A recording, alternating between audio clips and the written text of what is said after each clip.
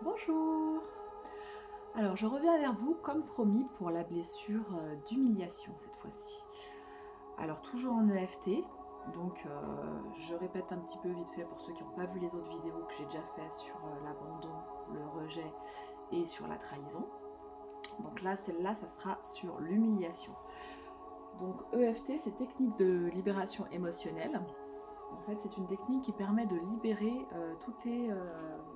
de faire une libération en fait sur tout ce qui est néfaste pour nous, les pensées en fait qu'on nous a inculquées, les schémas familiaux, les pensées limitantes, des choses qui se retrouvent souvent dans notre famille, dans notre lignée. On a souvent tendance à prendre d'ailleurs les blessures qui sont de nos parents ou de nos aïeux. Donc vous pouvez avoir la blessure d'humiliation. C'est une blessure qui est peut-être à vous aussi, mais que vous avez pu avoir aussi de votre père ou de votre mère. C'est très fréquent en psychologie, on retrouve ça au niveau éducatif.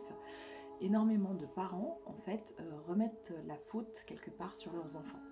S'ils ont eu une humiliation forte toute leur jeunesse, par exemple, toute leur vie, s'ils ont un domaine où ils se sentaient honteux, ils ont tendance, souvent, à remettre ceci au niveau de la génération suivante, et donc de reporter leur propre limitation en fait, ou leur propre honte à leurs propres enfants. Par exemple, une mère qui se sent stupide peut reporter sur son enfant, sur sa progéniture, cette impression d'être stupide, ou le fait de lui dire qu'il est idiot, qu'il est limite le bonnet d'âne. De même, un père qui se sentait pas à la hauteur peut, pareil, dire à son fils ou à sa fille qu'elle n'y arrivera jamais. Qu'autant qu'elle arrête les illusions, qu'elle arrête de rêver, et que cette personne arrête de rêver, et qu'elle se remette tout de suite dans le droit chemin sur des choses plus réalistes, plus concrètes. Ça arrive très souvent, surtout au niveau des pensées limitantes qui se transmettent de génération en génération. Quelqu'un qui n'a pas réussi par exemple à faire ses rêves, qui était très rêveur dans l'enfance, va se dire pour ton bien, je vais te casser tes rêves en fait, mais pour que tu grandisses tout de suite et que tu n'y crois pas, puisqu'en fait c'est une perte de temps. Ça, c'est sa propre pensée limitante qu'il va reporter sur l'enfant. J'y pense parce que je viens de voir le film Cendrillon sur Prime.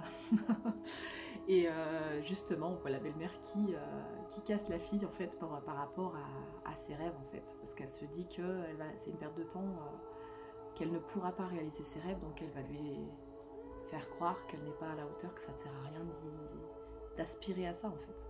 Ça sert à rien de rêver quelque part, c'est ça qu'elle lui sort. Et du coup, donc les injures qui peuvent suivre, tu es trop rêveur, tu es trop rêveuse, tu n'y arriveras jamais, tu n'es pas à la hauteur, dans notre famille on n'y arrive pas. Ça peut être des pensées limitantes qui sont transmises de génération en génération. On n'obtient rien sans effort, sans labeur, sans dur labeur. On est obligé de travailler très dur pour réussir. Des choses comme ça, des pensées limitantes qui vont être transmises en fait, du coup. Donc on transmet en fait l'humiliation, la peur de l'humiliation, et du coup souvent on tombe même pas. On n'essaye même pas parce qu'on a peur de se planter. Tellement peur de se planter que du coup on ne fait rien. Donc finalement c'est beaucoup plus mortifère que de se planter, puisque finalement l'erreur permet de s'améliorer la fois d'après, que finalement d'avoir tellement peur de se rater, tellement peur d'avoir honte, de se faire humilier, et ben résultat, on n'avance pas. Après ça peut être des peurs, une humiliation aussi au niveau du physique. Ça peut être par exemple, je sais pas, quelqu'un un jour s'est moqué de vous parce qu'il trouvait que, je sais pas, vous aviez une drôle d'allure, que vous aviez, je sais pas, une jambe plus longue que l'autre, un gros nez, ou au contraire des toutes petites lèvres. Ça peut être, on vous trouve trop maigre, on vous trouve trop gros. Il y a tout un tas de facteurs, de blessures d'humiliation en fait qui peuvent advenir. Une fois que vous n'avez pas compris une blague étant enfant, alors ça nous est arrivé il n'y a pas si longtemps. Et j'y ai pensé après, parce que des fois aussi on peut être on peut participer à l'humiliation de quelqu'un sans faire attention sur le coup, en fait, sans y réfléchir. Et après quoi, on se dit, mince, j'ai peut-être foiré quelque chose parce que j'aurais pas dû rire à ce moment-là. Ça nous est arrivé une enfant, en fait, qui a fait un commentaire par rapport au Père Noël qui avait un double sens, en fait, au niveau limite sexuel, quoi. Alors les adultes, on s'est marrés parce qu'on savait très bien que l'enfant ne voyait pas du tout ça de ce côté-là. Seulement, c'est vrai que ça peut faire une blessure d'humiliation plus tard, puisque l'enfant sent qu'on se moque d'elle et peut plus tard avoir cette impression d'avoir été humilié, alors qu'en fait finalement c'était anodin et ça paraissait pas grand-chose sur le coup, mais ça peut laisser des traces. Voilà, c'est des petites choses même anodines des fois qui peuvent laisser des traces. Après, j'ai le cas d'une petite fille, j'ai la carte, du coup. Je vais vous la montrer. Donc ça c'est la blessure là, d'humiliation sur cette carte. Hop. Petite fille qui s'est retrouvée en culotte au milieu de la cour de récré. Et qui, parce qu'elle avait une jupe à boutons et que les copines se sont amusées à tirer sur la jupe et se sont barrées avec la jupe. Donc la petite fille s'est retrouvée en culotte dans la cour. Grosse blessure d'humiliation sur le coup. Et montrer du doigt bien sûr. Donc ça peut être plein de choses. Ça peut être on vous trouvait pas assez intelligent, on vous trouvait pas assez, on vous trouvait spécial. Vous aviez quelque chose qui n'était pas comme la plupart de la classe, comme voilà. Ça peut être tout un tas de choses comme ça. Donc là, vous avez fait une blague, vous étiez bourré un jour et voilà, vous avez fait quelque chose et c'est resté dans les annales. Bon, l'autodérision c'est bien aussi, hein. Faut aussi des fois reprendre. Savoir en rire, mais c'est vrai que c'est bien aussi de traiter la blessure d'humiliation. Après, il y a des blessures d'humiliation beaucoup plus fortes, hein. Il y a des gens qui sont faits... Enfin, j'avais une copine qui m'avait raconté ça une fois. Son père lui mettait la fessée en public, genre en la déculottant, quoi. Bof au niveau éducatif, on va dire. J'ai un pote aussi pareil qui s'est fait énormément humilier parce qu'il avait un accent. En fait, il venait de Belgique, il avait un accent et tout le monde se moquait de lui sans arrêt et ça, il en a fait un complexe. Donc des fois on peut pas savoir, puis des fois on peut être aussi responsable parce que moi je sais qu'à l'époque j'avais beaucoup d'ironie. Des fois en fait on tombe sur la blessure de la personne, la blessure d'humiliation et on peut réveiller ces blessures sans le faire exprès alors qu'on ne pensait pas du tout. Donc faut faire aussi attention à ça, pas trop se moquer pour rien, quoi. Enfin, voilà, après ça peut arriver mais... Donc la blessure d'humiliation peut créer aussi des problèmes de dégoût de soi-même. Quand c'est par exemple, on peut avoir ou une attitude qui nous dégoûte, quelque chose hors norme ou autre, et finalement avoir l'impression qu'on est en décalage par rapport aux autres et se sentir écœurant ou dégoûtant. On peut avoir il y a des gens qui ont des fortes impressions comme ça. Ça peut être aussi un trait physique, si on a pris du poids, ou je sais pas, un bourrelet qui nous dégoûte, ou je sais pas, on n'aime pas ses jambes, on n'aime pas son visage, on n'aime pas... il peut y avoir tout un tas de choses. Donc voilà, la blessure d'humiliation, en gros. Donc là, je vais la travailler de manière globale, pas sur un point précis. Donc s'il y a quelque chose, un événement qui remonte à vous, à ce moment-là, laissez-vous bien infuser par ce moment-là, le moment où qui vous revient, où vous avez eu la plus grosse honte de votre vie. Vous le laissez remonter. Essayez de faire remonter un petit peu ce que vous avez ressenti à ce moment-là. Et on va essayer de le traiter un petit peu. Je ferai peut-être quelques phrases Ho'oponopono aussi pour, en même temps que le FT, pour libérer tout ça en fait au niveau émotionnel. Voilà. Bon, on va commencer. Alors, donc, les points d'appel, j'en ferai peut-être quelques autres en plus. Même si, par le passé, je me suis sentie humiliée, rabaissée, dévalorisée,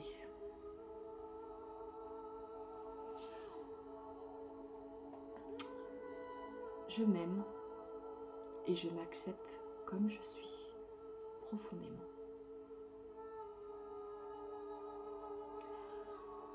Même si, par le passé, j'ai eu des propos durs envers moi-même, j'ai été exigeante envers moi-même, en voulant la perfection. Désolée. Désolée à mon corps et à mon être de m'avoir si durement jugée, de m'avoir infligé l'obligation d'être parfaite, ou une personne parfaite.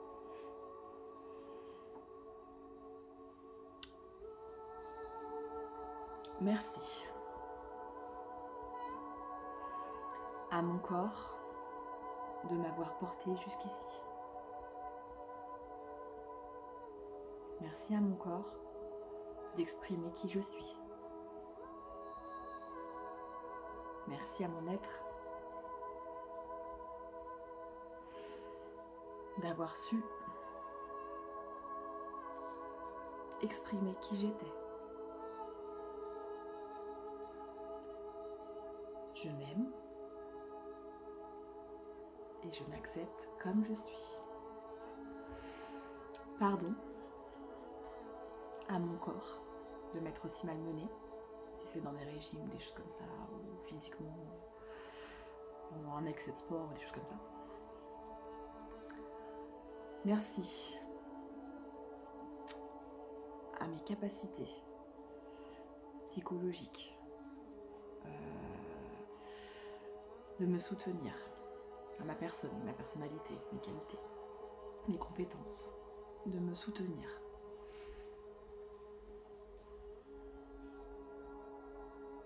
Ah, si on peut rajouter le poids karaté aussi.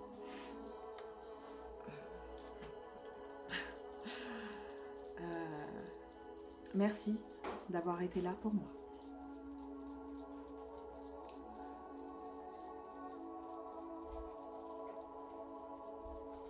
Je t'aime, mon corps, mon esprit, mon physique et mon mental,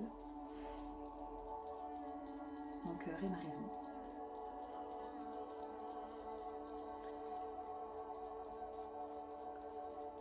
Je m'aime et je m'accepte comme je suis.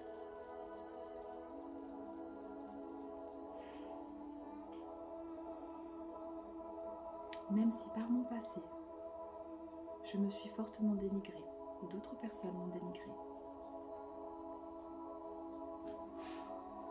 On va vers là aussi. Désolée à mon être de ne pas m'avoir respectée, de ne pas m'être respectée.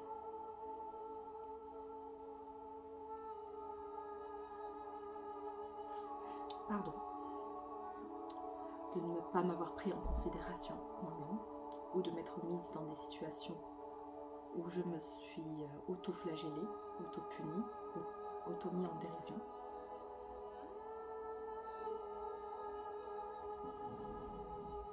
Quand ça vient de nous, hein, parce que quand on l'a souvent, ça se répète.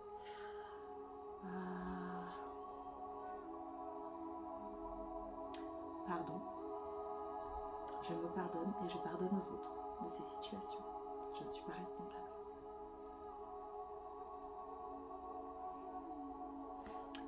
Merci à mon corps, mon esprit, d'être qui je suis. Je me respecte. Je m'aime profondément.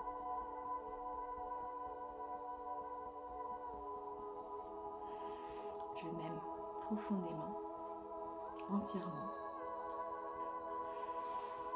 comme je suis. Je m'aime, je m'accepte, je me respecte comme je suis, intégralement, profondément.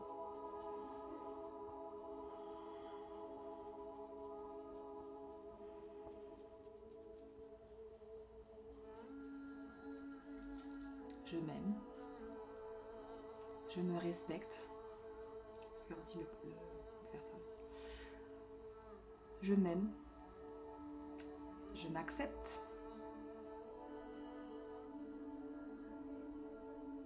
Je me respecte.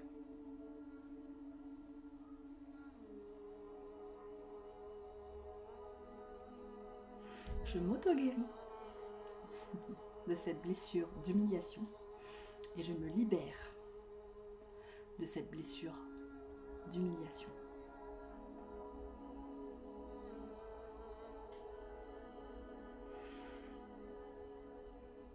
Même si, par le passé, j'ai été dans des situations où on m'a humiliée, j'en suis nullement responsable. Désolée si je me suis laissée faire.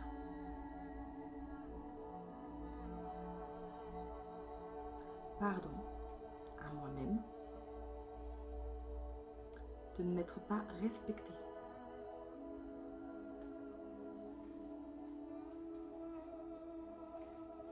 Et de ne pas m'être fait respecter. Désolée, pardon, merci, mon corps, mon esprit. Je m'aime. Je m'accepte. Je me respecte. Je me fais respecter.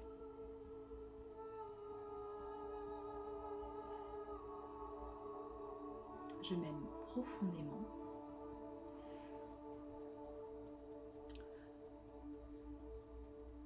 Et je rends à mes parents, à mes aïeux, aux autres personnes qui m'ont fait subir cette humiliation,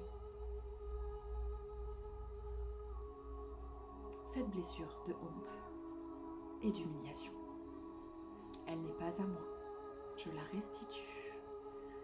Si elle est à mes parents, à mes grands-parents, à d'autres aïeux, je vous la rends. Je vous la rends. Dernière ronde pour finir.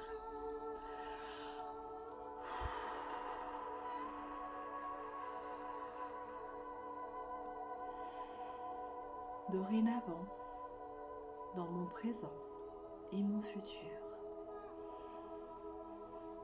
je me sens légère. Je suis une personne plus légère.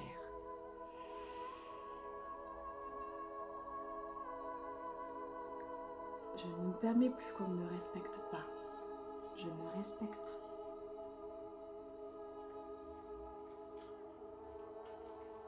Je me tolère. Mieux, je m'aime en profondeur. Comme je suis, la personne entière que je suis aimable par moi et par les autres. Je suis respectable par moi, par moi-même, cela commence par moi-même, et par les autres.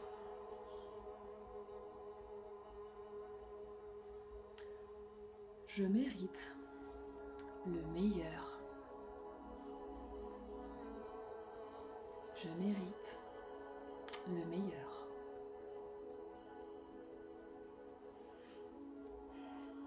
Je m'aime, je me respecte.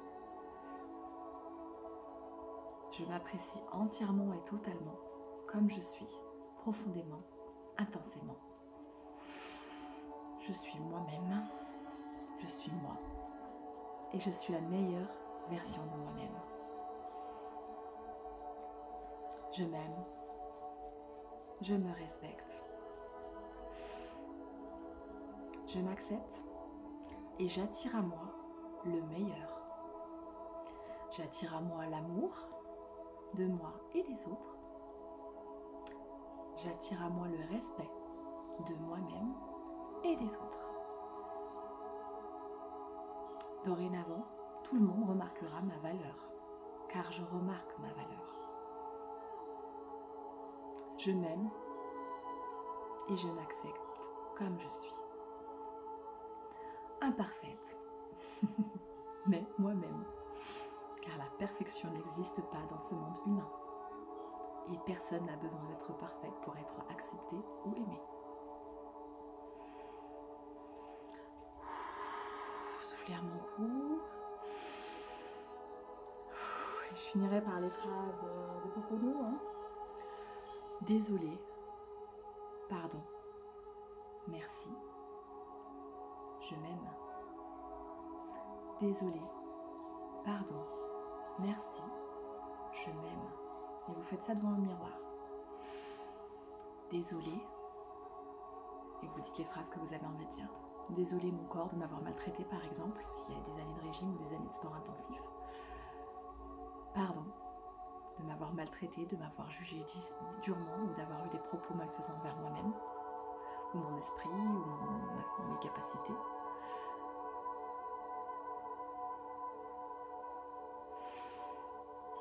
Et maintenant, je m'aime. Je m'aime. Je m'accepte et je m'aime intensément. Voilà, voilà. Donc, respirez profondément. Si vous savez qui vous a amené des pensées limitantes dans votre famille ou autre, ou dans des amis ou des connaissances, visualisez-les, ces personnes, et vous voyez leur rendre ce qui leur appartient. La honte que cela a procuré chez vous, la peur du ridicule, vous leur rendez. Elle ne vous appartient pas.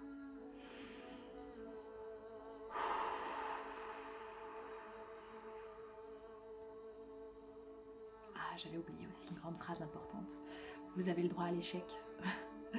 Et oui, on a le droit de se tromper, parce que c'est en se trompant, des fois, et qu'on va de l'avant et qu'on arrive à mieux faire la fois d'après et à réussir. Donc on n'a pas besoin de tout réussir du premier coup. Moi aussi, je me suis trompée à un moment sur le point. Voilà, ça arrive. J'accepte aussi ça. Acceptez aussi ça. L'erreur est humaine. Et ça fait partie de nous. Voilà. J'espère que ça vous aura fait du bien, que vous vous sentirez libéré de cette blessure d'humiliation qui est lourde à porter en général. J'en ferai peut-être d'autres aussi, plus orientées poids, parce que la blessure d'humiliation peut être reliée aussi au fait de trop manger ou de s'infliger au niveau corporel aussi des choses des fois. Voilà, donc il peut y avoir l'aspect psychologique, mais il y a aussi l'aspect physique. Et le fait de se maltraiter, parfois justement en mangeant pas ce qu'il faut, en n'étant pas équilibré dans sa santé, en faisant pas ce qu'il faut. Voilà. Donc, si vous avez aimé cette vidéo, n'hésitez pas à liker. Comme ma chaîne est nouvelle, donc c'était Lily Belle Lune, pour ceux qui ne me connaissaient pas encore. Donc vous pouvez aussi vous abonner en cliquant en bas à droite et cliquer sur la cloche noire en fait pour avoir toutes les vidéos, pour être prévenu de toutes les nouvelles vidéos. Voilà, donc il me restera la prochaine fois la blessure d'injustice à faire. Voilà, donc j'aurai fait le tour des 5 blessures et après je ferai des petites précisions par rapport à l'autre ou d'autres choses. Voilà. Bon bah j'espère vraiment que ça vous a fait du bien, que ça vous a libéré et voilà quoi. Allez, bonne soirée, parce que c'est le soir. Donc bonne soirée, à bientôt. Au revoir et surtout aimez-vous.